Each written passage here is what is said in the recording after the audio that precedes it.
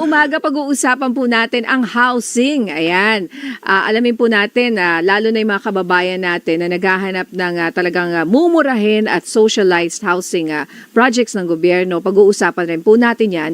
At kasama nga po natin ngayong umaga mula po sa DSUD, Department of Human Settlements and Urban Development. Walang iba kundi si Yusek Mari Anenias or Attorney Marisol Anenias. Good morning po sa inyo. Magandang umaga sa inyo, Nya and Migs at sa inyong mga tagapanood.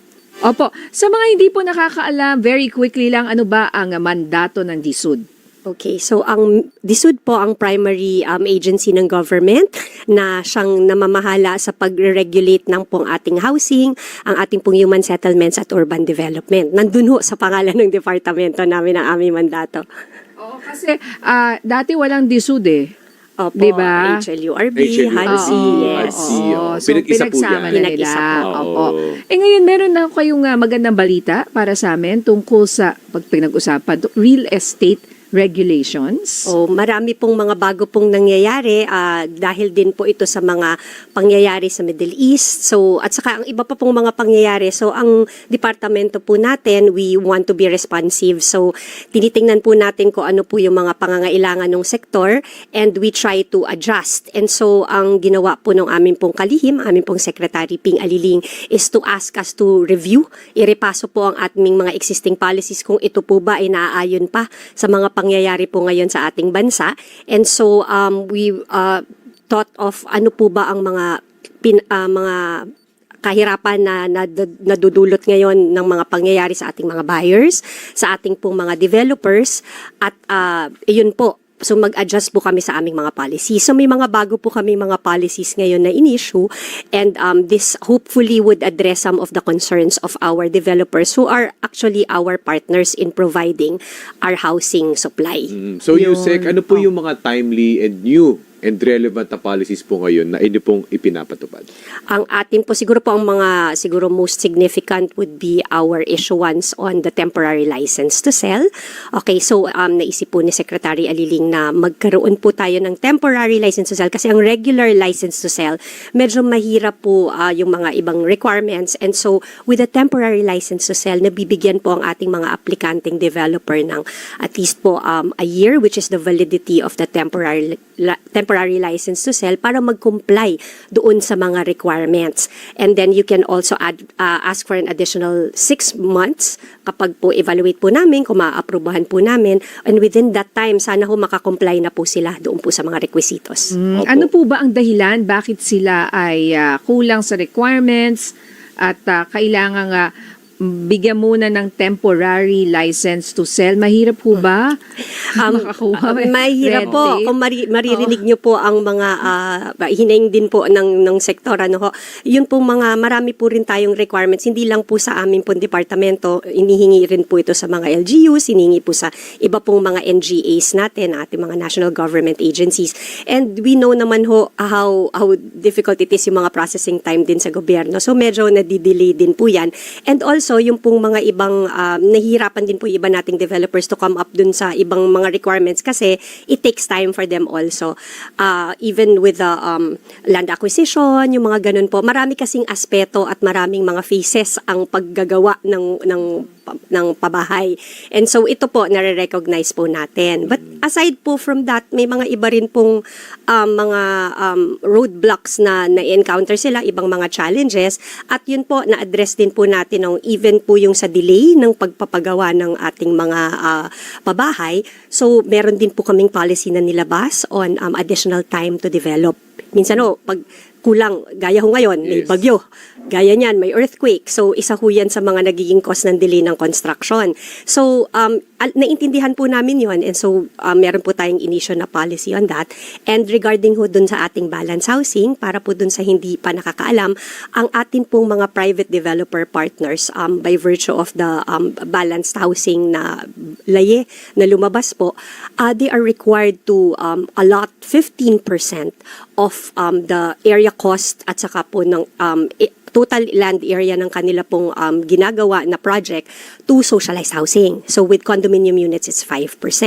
Ngayon ho, ang atin pong existing, prior to this issuance is kailangan ho built and constructed na yung mga socialized housing before kayo ma-issuean ng license to sell for your main project.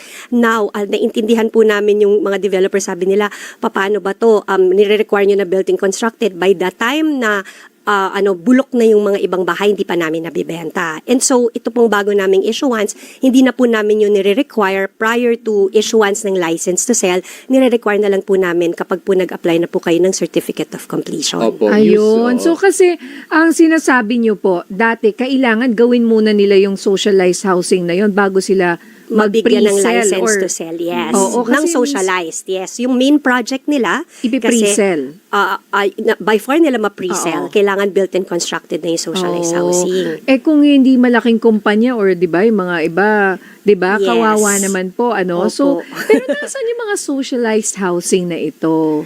Na Pwede binibuild silang maggawa within their project.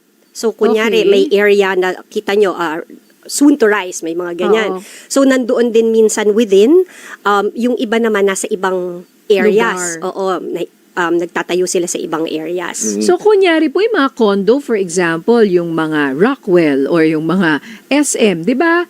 At saka mga Shangri-La, di ba? So, dapat yan, pag nagpatayo ka, required LTS na gagawa ka talaga ng mga Yes. socialized housing na yun. Yes, not necessarily doon. Hindi doon. Na-excite ako. Doon rin ba kung saan kasi meron ditong tinatayo sa tabi natin. May Shangri-La tinatayo dito eh. Sa Yes. Quezon City, di ba? But iniisip ko, saan kaya nila ilalagay yung kanilang socialized housing? So, naman, wala naman tayong prohibition kung saan nila ilalagay as long as you provide the 15% and the 5%.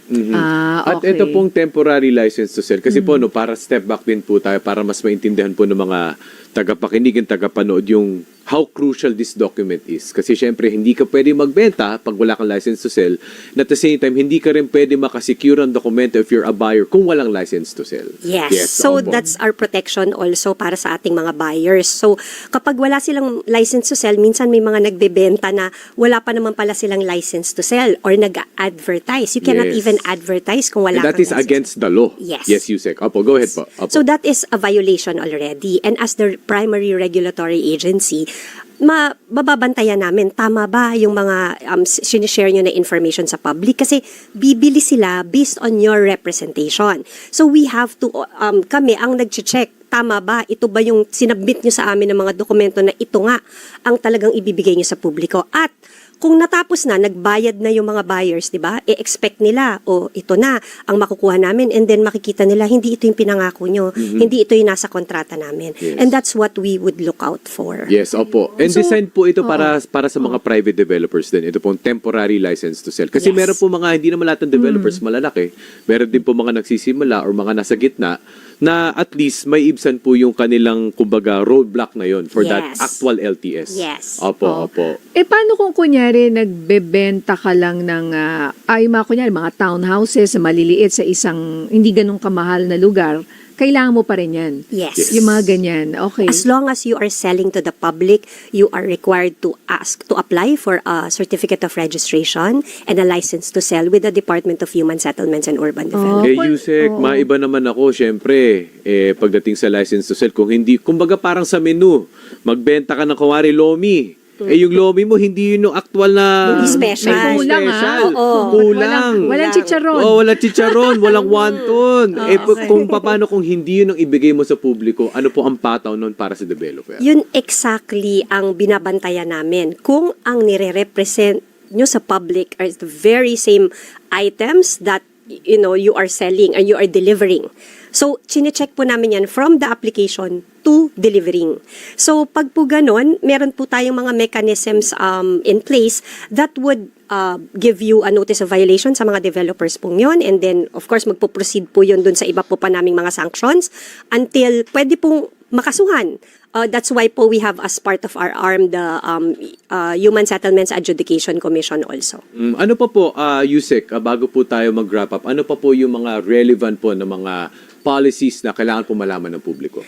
Siguro ang gusto ko lang i-share is to assure the public that at dito po sa aming pong departamento, we are very strict with our processing timeline. So, it might not be prevalent sa government, no? Kasi minsan nakikita delays basta government. Ito po, we have a strict 15-day processing timeline. And for the past 7 weeks, makikita po ng aming pong record at ito po ay certified po at ng aming pong mga regional directors na 0 po ang aming overdue. Meaning, wala po kaming overdue. Lahat po on time ang aming pong mga inisyu po namin for the regulatory applications na sinabit sa amin. Opo. Okay, ma'am, may questions na po Marami tayo po, ah. dito, Marami, ha? marami po, Oh, eto po, ano raw ba ang pwedeng gawin ng buyer kung hindi na turnover daw sa oras o may structural defects yung kanilang biniling property?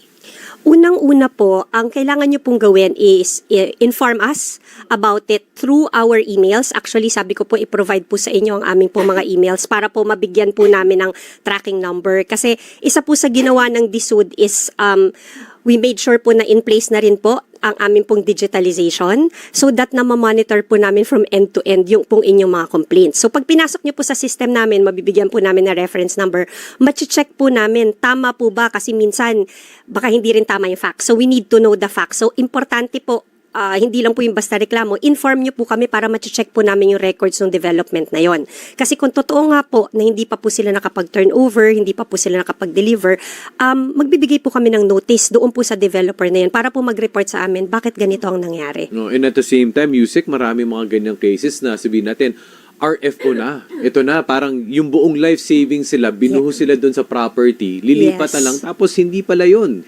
And at the same time, syempre po, may timeline yan, di ba? Sana sila titira ngayon, di ba? May mga cases po na ganyan na nabibinbin din po ang homeowner. Meron kaming recent na ganyan kasi hinahabol naman nila ghost month. Binalata ko, kailangan turnover na, na magsimula sa bahay namin na ghost month. Oo nga, oo nga. Diba? Pwede September na lang.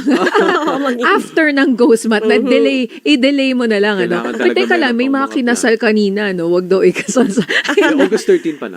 Hindi pa. August 13 pa. Habol pa. Next week pa, next week. Ito po, Yusek, meron po, ito naman, related. Paano daw po ba mag-apply sa 4PH program? At tanong po ni Miranda Ilagan. Para po maka-avail ng bahay 4PH. sa 4PH Yes, program. opo. Okay. So, ang ating pong pag naka-take out po ito sa Pag-ibig, pwede po kayong pumunta sa website ng Pag-ibig para po tingnan po yung mga projects na nakalista. And then also, if you want to avail of the financing under Pag-ibig, kasi meron po tayo doon, pag po kayo ay qualified beneficiary, iba po ang ating pong interest rate na binibigay. So, very, very friendly and affordable. Meron po tayong 3% interest rate plus meron pa pong interest subsidy na 2%. So, talaga pong very affordable. So, i-check nyo lang po ang website po ng Pag-ibig. Okay. Oo, okay. Dapat next time Pag-ibig rin nandito para mapag-usapan yan. Ako, Correct. ang daming questions. Ito, meron pa po Oo, kay Cian Ailes. Ito po, related naman po ito, Yusek, no? Paano po malalaman kung legit ang isang subdivision o condominium project? Baka po not necessarily sa completion, pero at the same time, kapag binibili mo pa lang, pre-selling. True, kasi Diba? maglalabas ka na ng pera. Magda-down payment ka na, Yes. mag-low loan ka na. Siguraduhin mo dapat legit yun. Paano po yun, Yusek? Well, unang-una, yun nga po ang hinihikayat din namin yung public na before po kayo bumili, i-check nyo po ang website po namin. Kung nakalista po ito pong mga developers na ito as licensed. So, yun po ang una-una po natin kailangan tingnan. And then, aside from that, makikita nyo po kung napapansin ninyo, yung pong mga advertisements nila, nakalagay po doon yung DSUD CRLS number nila. So, dapat po makikita nyo na DSUD registered. Yusek, Okay. follow up.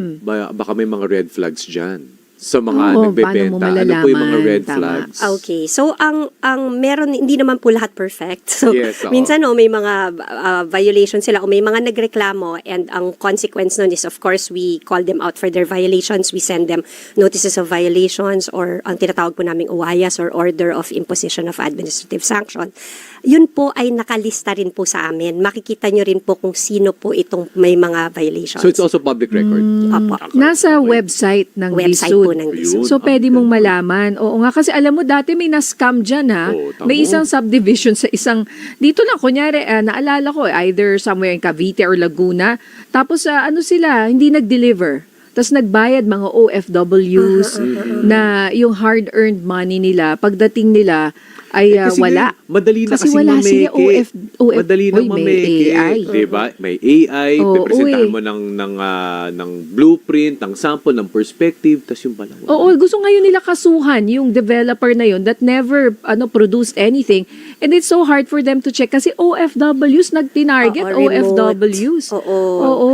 Ano pong ano doon? Anong pwede nilang From a law gawin? perspective. From a law From a law Yes, from a perspective. former dean of Yes. Mantasang Lungsod ng Maynila. O, di ba? Oo. Si Yusek Mari, former dean. Yes, opo. Oh, Ano ng, pong pataw law. doon? Okay. Ang pataw po ba? Ang Oo. una po muna siguro gusto po natin preventive, no? So, before po kayo kumuha ng bahay na ito po ay titled property, dapat i-check po ninyo. So, sa inyo po yun ma-check. Hindi lang po sa amin kasi ang sa amin po is the developer, okay, the seller. I-check nyo po mismo sa Register of Deeds nyo. Tingnan nyo po tama po ba yung titulo na yon. Kasi at that point pa lang, may prevent nyo na yung panloloko na before nyo ilabas yung pera. So, before po yan po ang tinuturo namin. I-check nyo po, minsan nakasanla, minsan nakano, kasi dapat po updated po yung record sa ating pong mga Register of Deeds. So, makikita nyo po, kukuha kayo ng latest na certified true copy ng titulo. Okay. Ayun, yun Yun nga. po muna. Ito si Carl Dizon, yan ang kanyang question. Paano raw maiiwasan ang pagbili ng property na may problema sa titulo o dokumento? May sabit. Ayun, yun na Wag po yun ang yung ating bilhin pag gagawin. ganun. Pag ganun, wag na. Opo. Ay, Ano, attorney, mahirap. ano? Bibili ka pa ng problema. Opo. May iba namang options. Ano po ang kumbaga criminal liability dyan? Well, pwedeng estafa. Mhm. Okay, because you are selling something that is not what it is. Okay. So may deceit na involved. Ayun, Ayan, dapat mabigat may yun. segment dito si itanong kay Attorney Mari. Diba? not talk. From DSUD. Kasi ang dami pang questions. But Opo. thank you so much. Oo, Balik okay. po kayo, Yusek Mari Ananias. Yes, Ayan, thank you for so having much. us. Thank you. Napakalaman. Ang galing-galing. Yes, and Natuwa finally, ako. maybe you have a parting shot message sa lahat ng nakikinig mula po sa DSUD. Siguro po, kasunod na rin ng mga ating pong questions, importante pong mapagmatsyag. Importante po na before po tayo maglabas ng ating pong pera, mag-check po kasi ang ating po namang gobyerno, especially now in this age of digitalization, we have the means already to verify and to check. Mag-check lang po sa mga website. Dito po sa DSUD, ang ating po mga social media channels, mag-check rin po ninyo for the latest information. It's for both our developers. Check po ang ating latest issuances para po tama po ang ating mga requisitos na sinusunod at para po naman sa ating mga buyers para po makita na hindi po kayo maloloko.